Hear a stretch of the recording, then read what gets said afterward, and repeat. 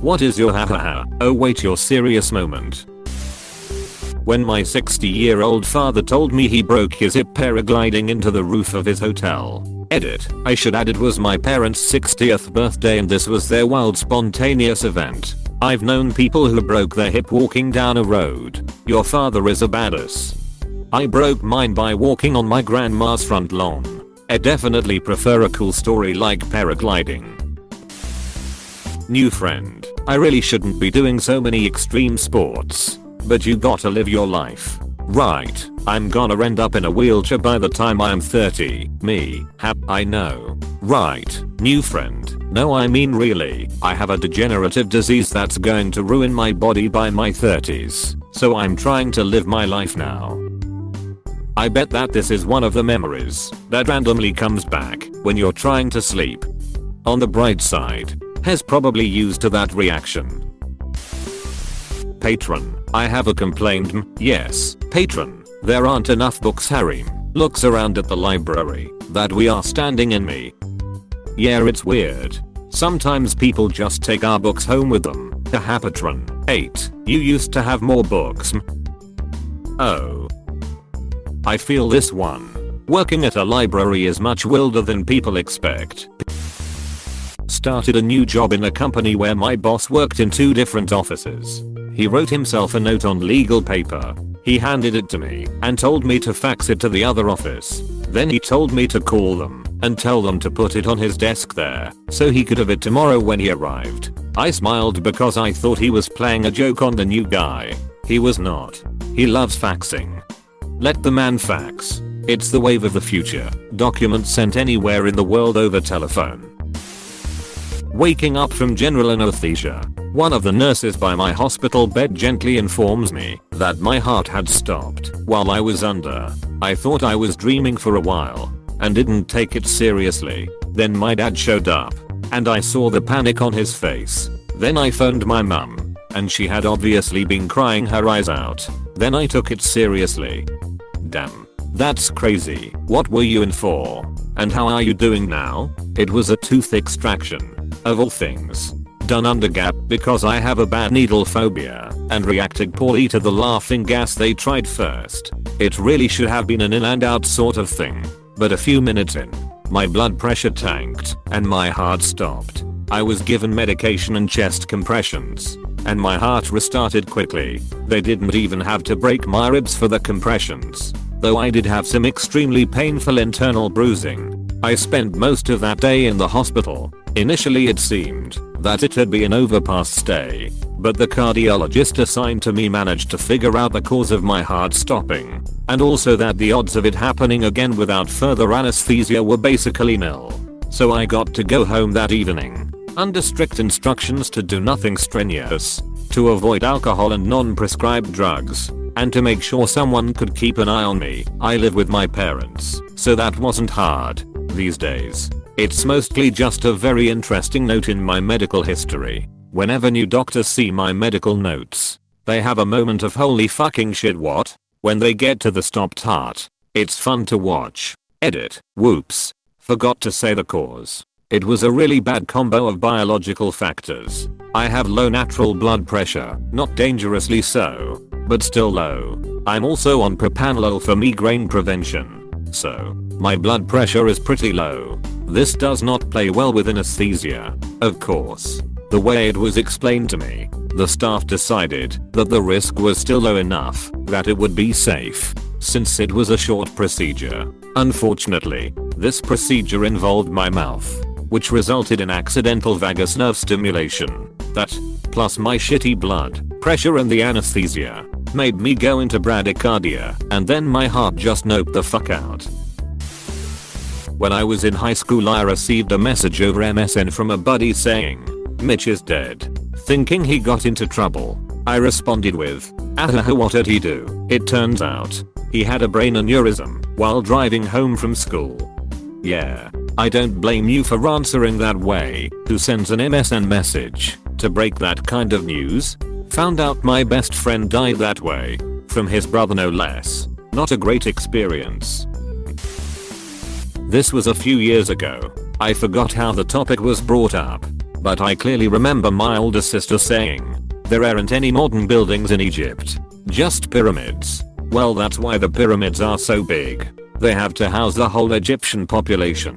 They just live in smaller pyramids inside the bigger pyramids. It's a giant pyramid scheme. Breaking news. People panic buying toilet paper at home. Hahaha at grocery store. Oh wait, you're serious? I feel this at a visceral level. When I realized it was real. No TP to be found. And people were talking about how many dozens of rolls they had hoards. I would say that I had 2x mega rolls left. Someone gave me a 12 pack of Angel Soft for my birthday, and I honestly am really grateful. My mom lost her job before Christmas, and when she was fretting about a gift for me, I told her I wouldn't say no to another bottle of nice smelling disinfectant spray, costing about $3. That's what I got for Christmas. 3 months on, we are stuck at home together, but the house smells like beer colada. My estranged auntie sending me a message to disinvite me to my sick but alive father's funeral because, wait for it, I had lunch with my little half brother and sister, and that is disrespectful to my father. My father never let me and half siblings meet before this lunch had occurred, and by meeting them, he disowned me. Literally. That's it. Just my fucked up family. Should have had only one lunch. No. 2 lunches now makes them whole siblings. r/the did Thermouth. Someone wanted to euthanize their dog because when she was put outside alone in heat, she found a chihuahua and had ugly puppies that cost a breeding session. When we asked what that had to do with anything, he said the chihuahua's sperm is forever inside of her and can make those ugly puppies instead of the purebred. This dog was definitely not a purebred. When we said that things don't work that way, he said, "I know for a fact they do. That's why my daughter is half N-word. N-word. Raped my wife back when she was in her 20s and his sperm stayed inside her until mine activated it. And we all know N sperm is more violent, so it won." He was serious. I think that is the single most fucked up thing in this whole thread. At least that guy hasn't bred. Someone once said to my friend, "Wait, you're Chinese. I always thought you were Asian." Apostrophe. I actually have a very similar story. One time this girl asked me if I was Chinese or Asian, and I was confused, so I was just like, Asian, because it was more general. And then she was like, "Oh, okay. So what part of Europe is Asia?" We were 15. This is fascinating to me because this person obviously has some kind of global geography set up in their head that they are sure about, but it's just so wrong. I listed my Ford Explorer for sale. A guy emailed me to trade his 2018 car Forte or something. I didn't really need one, since my fleet already had a 2013 car Forte, but he emailed me a few times saying he wants my Explorer, but owes money on his car. I said, "How much?" He said it's an 8-year finance deal, so need to pay in total $45k, and he wanted my car. I could buy that car right now for $25-30k at the dealership brand new. He was dead serious. I wonder how many cars with negative equity he rolled into that 8-year loan. Probably more than one. I asked a coworker with what his son's name was, and he answered Legolas. After 2 seconds of laughing, I realized he wasn't laughing. His son is actually named Legolas. Same here. I met a little boy named Merlin and kinda insulted his parents with my reaction. I was walking my dog a few weeks ago and came face to face with a guy with a small toddler and an Afghan hound. My dog can be funny with dogs he doesn't know, so I grabbed his collar as we approached. The guy saw what he'd done and so said loudly, "Merlin, stop," and grabbed his dog and picked up the toddler. As we passed, I said, "That's a great name for a dog." He looked insulted and said, "Merlin is my son's name."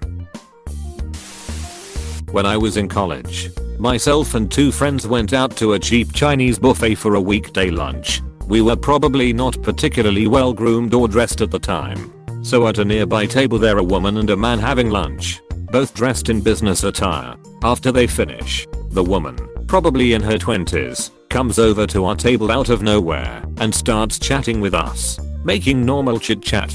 Kind of odd, but maybe she's just friendly. All of a sudden she asks, "Do you guys like to fuck?" We just looked at each other and laughed nervously because how do you respond to that in this situation? She just stood there, completely serious. I don't even remember what we said to her after that. This was 20 plus years ago. But despite sounding like the beginning of a porno, it was only followed by another round at the buffet, not a gangbang.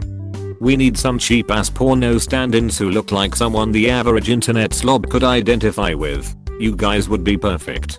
Haha, this was probably 96 to 97, so internet porn wasn't quite that developed yet. An intern at the vet I work at was a very sheltered Mormon. He came to work one day panicked. He had his first kiss the night before, asked the girl to marry him, and was concerned about his wedding date. He was absolutely convinced that he got her pregnant by kissing her. Absolutely convinced. It took me a long time to register what he was panicked about because it sounded so absurd. He'd delivered hundreds of kittens and puppies by then. I just thought he had also learned about human reproductive anatomy as well as animals by then. Reminds me of middle school. My friends and I grew up sheltered Christians. I was the least sheltered, as my parents still believed in science and dinosaurs, and my sex ed talk with them was informative and normal and featured all of the scientifically appropriate names for genitals and whatnot. They didn't want me to have sex, but they did me the decency of explaining how it worked and that it wasn't bad. It was for people who had made a strong commitment to one another and was fun when you did it right and were being smart. I didn't realize how lucky I was till a friend of mine panicked, asked me at lunch if it was true that a guy could get you pregnant through your genes. Insert my hahaha wait what moment, while she explains that she snuck out last night with a boy and they had a heated makeout sesh which involved some heavy petting. Her mom had given her the talk and had told her you could get pregnant even if both partners were wearing clothes. To this day I don't know if her mom was that sheltered as well, or if this was a malicious way to keep her daughter from fucking around. But I have never forgotten what seemed to my 14-year-old self as a great betrayal of trust between parent and child. And anyway, that'd be why she snuck out. If she had a normal mom she could just introduce her to her boyfriend.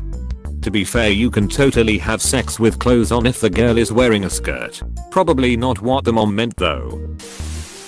I once worked with a 50-some-year-old guy at my first job, who also happened to be a former crackhead. I added in that detail because his mannerisms and communication were clearly affected by his prior drug use, and he would sometimes laugh when he was telling serious stories. One day he was telling me a story about him accidentally setting fire to the woods when he was trying to cremate his dead pet frog when he was a little boy. I was laughing my ass off. Strangely so was he, until he looked me dead in the eye, with a face that's as serious as they get, and says I'm still not over it.